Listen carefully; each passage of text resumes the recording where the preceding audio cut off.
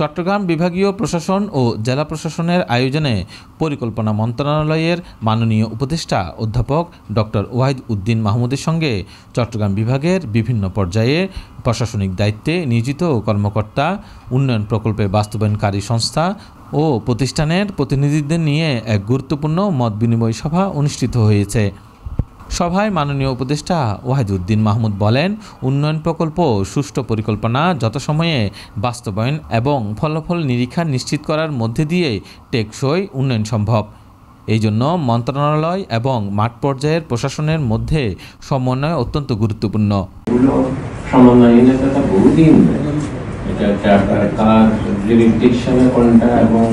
প্রকল্পগুলো যদি সমন্বিত না করা যায় তাহলে তো আসলে শেষ পর্যন্ত কাজে দেয় না।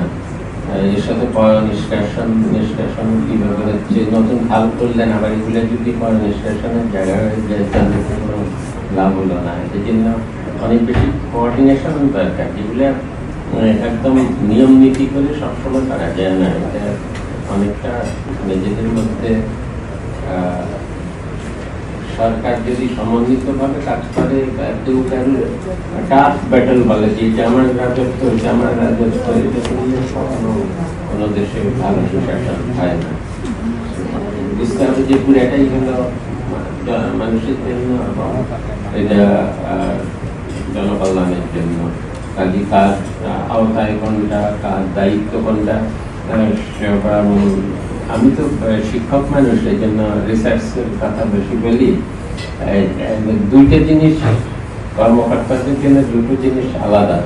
একটা তো হলো একদম অনিয়ম করা, দুর্নীতি করা, সেটা তো আমাদের একটা টেন্ডার দুর্নীতি, সেগুলো তো আছেই। কিন্তু তারপরও কর্মকর্তাদের মধ্যে প্যারালাল লেভেলে সমন্বয় একটা জিনিস। আরেকটা হলো জবাবদিহিতা, যে প্রত্যেকটা ডিপার্টমেন্টের মধ্যে জবাবদিহি করে। কিন্তু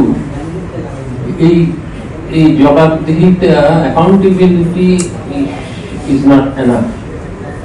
অ্যাকাউন্টেবিলিটি কেন বলেন তো দেখি। অ্যাকাউন্টেবিলিটি হলো একটা মানে শাসনতান্ত্রিক বিধিবিধান, যে আমার একজন প্রাইমারি শিক্ষকের অ্যাকাউন্টেবিলিটি হলো যে তার এত ঘন্টা পড়াতে হবে, এতদিন উপস্থিত থাকতে হবে, এটা হলো অ্যাকাউন্টেবিলিটি। এর সাথে যদি আপনি ডিউটিফুলনেস, যেটা অ্যাকাউন্টেবিলিটি হলো প্রশাসনিক বিষয়, ডিউটিফুলনেস হলো আমার কি বলবো, কর্তব্য জ্ঞান, এটা আমার কনসান্সের বিষয়, আমি আসলে ভালো করতে চাইছি না, এটা জোর করে আদায় করা যায় না। তিনি আরও বলেন, চট্টগ্রাম দেশের অর্থনীতির একটি অন্যতম চালিকা শক্তি। এই অঞ্চলের উন্নয়ন কার্যক্রমে স্বচ্ছতা, দক্ষতা ও সমন্বয় বাস্তবায়ন নিশ্চিত করতে হবে। প্রকল্প গ্রহণে বাস্তব প্রয়োজন, সম্ভাব্যতা এবং আর্থসামাজিক প্রভাব বিবেচনায় রাখতে হবে। সবাই চট্টগ্রাম বিভাগের বিভিন্ন উন্নয়ন প্রকল্পের অগ্রগতি, চ্যালেঞ্জ এবং ভবিষ্যৎ পরিকল্পনা নিয়ে বিশদ আলোচনা হয়। অংশগ্রহণকারীরা তাদের অভিজ্ঞতা, সমস্যা এবং সুপারিশ উপস্থাপন করেন। উপদেষ্টা সংশ্লিষ্টদের উদ্দীপনামূলক বক্তব্যের মাধ্যমে অনুপ্রাণিত করেন এবং প্রয়োজনীয় দিক নির্দেশনা প্রদান করেন।